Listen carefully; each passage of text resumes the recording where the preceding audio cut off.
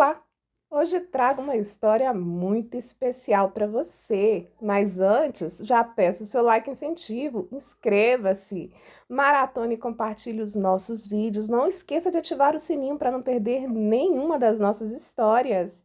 E no finalzinho deixa o seu comentário, assim a gente troca ideias. Vamos lá? A nossa personagem de hoje é uma figura, a Rainha Cristina da Suécia.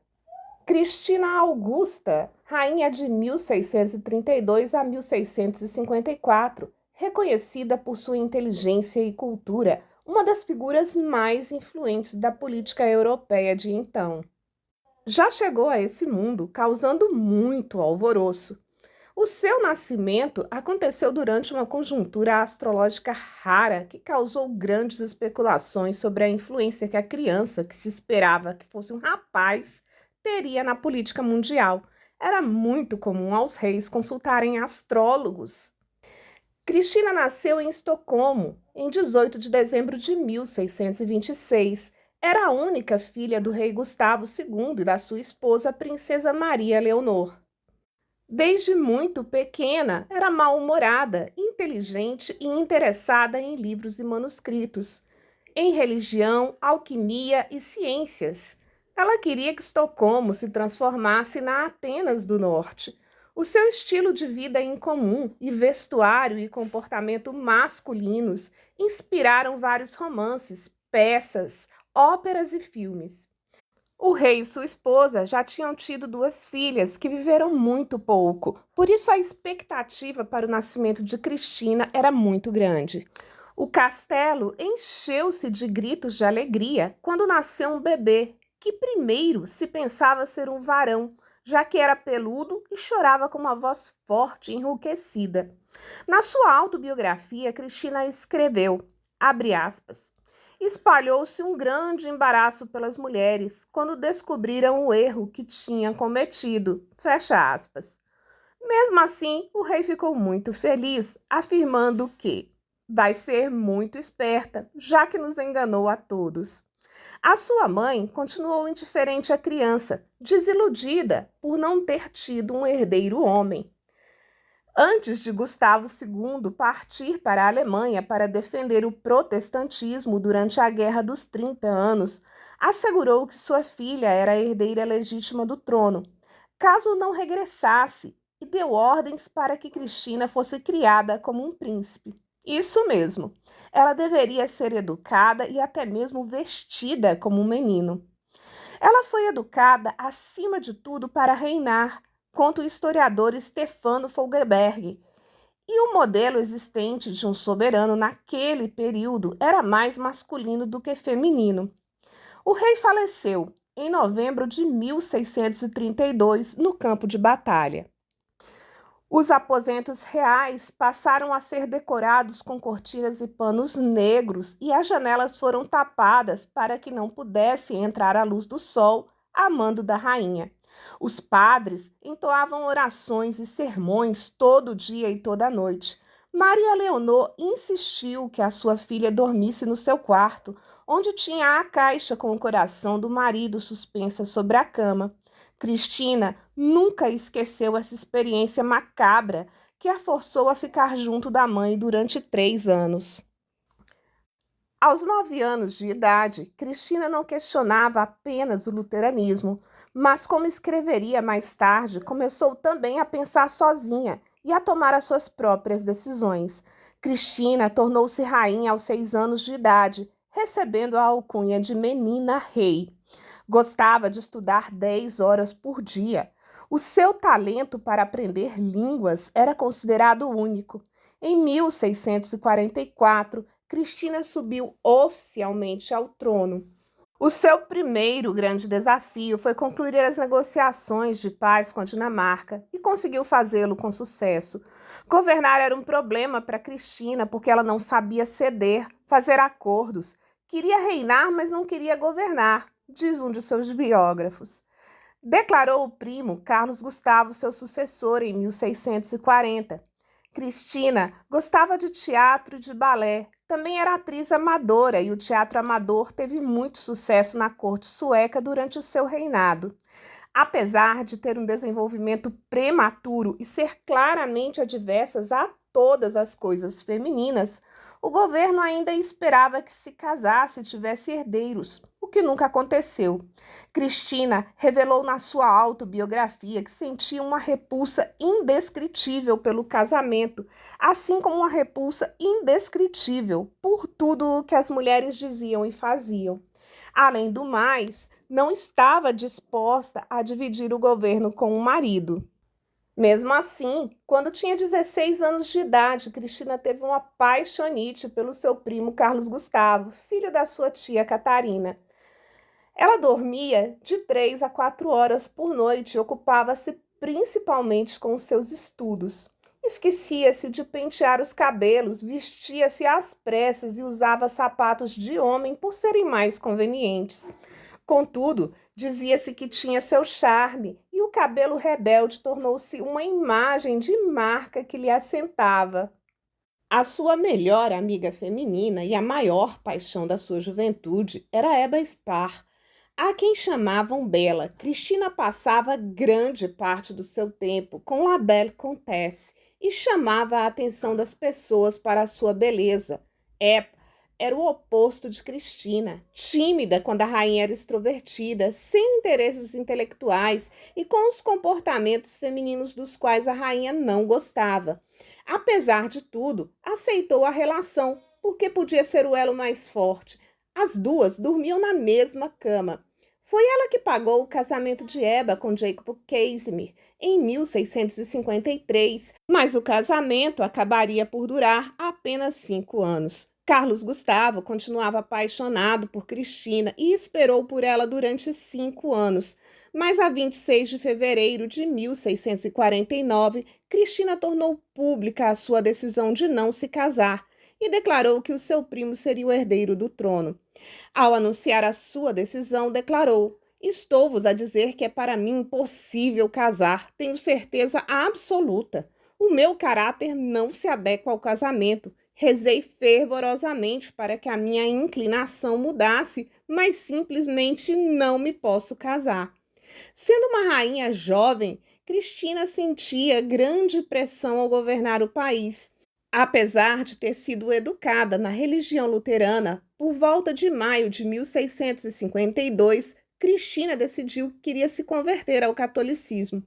Depois de reinar por quase 20 anos e trabalhar pelo menos 10 horas por dia, parecia que Cristina estava passando por um esgotamento nervoso. Sofria de pressão arterial alta, queixava-se de ver mal e de dores no pescoço. Tinha apenas 25 anos de idade e devia aproveitar mais a vida. Em 1654, Cristina disse aos seus conselheiros que precisava descansar e o país precisava de um líder forte. Os conselheiros recusaram e Cristina aceitou ficar com a condição de que nunca lhe fosse pedido para casar. Cristina tinha perdido muito da sua popularidade após o enforcamento de um de seus opositores, que a tinha acusado de mau comportamento e de ser uma Jezabel. Já enfadada de governar, a rainha começou a passar a maior parte do tempo com seus amigos estrangeiros no salão de baile e às noites de domingo no teatro. O seu plano para se converter ao catolicismo não foi a única razão para abdicar, visto que havia um descontentamento cada vez mais evidente com seus modos arbitrários e dissipadores. Cristina abdicou do trono a 5 de junho de 1654 em favor do seu primo, Carlos Gustavo. Carlos Gustavo, que foi coroado mais tarde nesse dia, voltou a pedi-la em casamento. Cristina riu-se e deixou o país, esperando ser bem recebida nos países católicos. No verão de 1654, Cristina deixou a Suécia, vestida com roupa de homem, e chegou à Dinamarca usando o nome de Conde Dona. As relações políticas entre os dois países ainda estavam tensas, que teria sido impossível para Cristina viajar com segurança usando a sua verdadeira identidade. A antiga rainha já tinha embalado e enviado para o estrangeiro vários livros valiosos, quadros, estátuas e tapeçarias do seu castelo em Estocolmo. Não revelou a sua conversão ao catolicismo ao público, caso o Conselho Sueco se recusasse a pagar os seus rendimentos. Em setembro, Cristina partiu para a Itália com a sua comitiva de 255 pessoas e 247 cavalos. A viagem da antiga rainha para o sul da Itália foi planejada com grandes pormenores pelo Vaticano. Quando chegou à Basílica de São Pedro, ajoelhou-se em frente ao altar e, no dia de Natal, recebeu os sacramentos do próprio Papa. Foi em sua honra que escolheu os nomes Alexandra Maria quando foi batizada. Alexandra não tinha sido escolhido apenas em honra ao Papa, mas também em honra do seu grande herói, Alexandre o Grande. O seu estatuto de convertida ao catolicismo, mais famosa da época, bem como a mulher mais conhecida, faziam com que fosse ignoradas certas exigências da fé católica. Vale ressaltar o ambiente hostil de disputa que havia entre católicos e luteranos. Cristina passou a viver no Palácio Farnésio, que pertencia ao Duque de Parma. Cristina abriu lá, no palácio, a 24 de janeiro de 1656, a chamada Academia de Arcádia, onde os participantes desfrutavam de música, teatro, literatura e línguas. Aos 29 anos, gerou muitos rumores na sociedade quando começou a socializar-se livremente com homens da sua idade. Numa altura em que ficou sem dinheiro e sofria de um excesso de pompa, Cristina resolveu, no espaço de 2 anos, visitar a França. O rei iria recomendar Cristina para a rainha dos napolitanos e servir de aliado contra uma invasão espanhola. Como rainha de Nápoles, Cristina poderia tornar-se independente financeiramente do rei da Suécia e também poderia negociar uma paz entre a França e a Espanha. Continuou a considerar-se rainha reinante toda a sua vida. Em abril de 1660, Cristina foi informada de que Carlos X tinha morrido em fevereiro. O seu filho, Carlos XI, tinha apenas 5 anos de idade. Nesse verão, Cristina visitou a Suécia, deixando claro que tinha deixado o trono apenas ao seu primo direto e aos descendentes. Por isso, se Carlos XI morresse, seria ela a assumir o trono novamente. Eventualmente, acabou por se submeter a uma segunda renúncia do trono, passando um ano em Hamburgo para reorganizar as suas finanças e para poder regressar a Roma. As condições propostas pelo Senado para que a antiga rainha voltasse a viver permanentemente na Suécia eram tão humilhantes que Cristina não foi além de Hamburgo. Foi lá que recebeu a notícia de que o Papa Alexandre VII tinha morrido. O novo Papa, Clemente IX, tinha sido um convidado frequente no seu palácio e um amigo querido. Encantada com essa nomeação, Cristina deu uma grande festa na sua casa em Hamburgo, com iluminações e vinho nas fontes do jardim. Contudo, a antiga rainha tinha se esquecido que esta era uma terra protestante. Por isso, a festa acabou com Cristina tendo que fugir pela porta traseira, ameaçada com pedras e tochas. A quarta e última entrada de Cristina em Roma aconteceu em novembro de 1668. Como tinha acontecido em 1655, a antiga rainha entrou pelo portal del Popolo em triunfo. Em Roma, conseguiu fazer com que o Papa Clemente proibisse a tradição de perseguir judeus pelas ruas durante o Carnaval. A 15 de agosto de 1686, publicou uma declaração onde dizia que os judeus estavam sob sua proteção e assinava como La Regina, a rainha. Cristina permaneceu muito tolerante em relação à crença religiosa das pessoas por toda a sua vida. Em fevereiro de 1689, Cristina, de 62 anos, ficou gravemente doente. Adoeceu de erisipela e depois de pneumonia, com febres altas. No seu leito de morte, enviou uma mensagem ao Papa, pedindo-lhe que lhe perdoasse os seus insultos, o que ele fez. O cardeal Assolino ficou ao lado dela até a sua morte em 19 de abril de 1689. Muitos afirmam que Assolino e Cristina foram amantes, porém sem nenhum tipo de comprovação. Cristina tinha pedido um enterro simples, mas o Papa insistiu para que se realizasse um velório de 4 dias no Palácio de Riaro. Sua vasta e riquíssima coleção de arte hoje está dispersa pelo mundo entre vários museus e colecionadores particulares. Cristina era estranha para o seu tempo por preferir vestir-se com roupas masculinas e também por ter alguns traços masculinos. É difícil saber se a rainha escolhia a sua roupa por se considerar masculina ou simplesmente por razões práticas. Cristina sentia repulsa pela ideia de se casar, ter sexo, pelas conversas femininas e pela educação de crianças, algo que pode ter surgido da visão que tinha uma pessoa com esse tipo de problema. Cristina sentava-se, falava, caminhava e mexia-se de uma forma que os seus contemporâneos consideravam masculina. Da mesma forma, também gostava da companhia de mulheres cultas, independentemente de seu aspecto físico.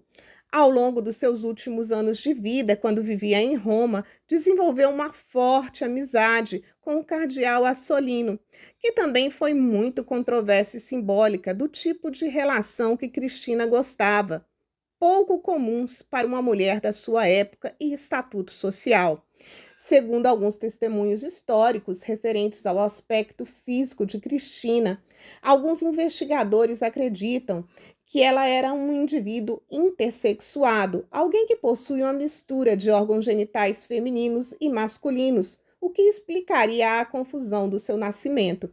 Sexualmente ambígua, culta e inteligente, irreverente e carismática, era amante das artes, da literatura e dos cavalos. Temperamental e vingativa, nada convencional e com uma vida cheia de reviravoltas. Cristina foi notável e merece ter sua história contada. Certa vez ela declarou, abre aspas, eu nasci, vivi e morrerei livre, fecha aspas. De fato, Cristina era muito avançada para sua época e uma figura que causou muita polêmica. Espero as suas opiniões nos comentários. Aguardo você por lá. Obrigada pela companhia e até breve.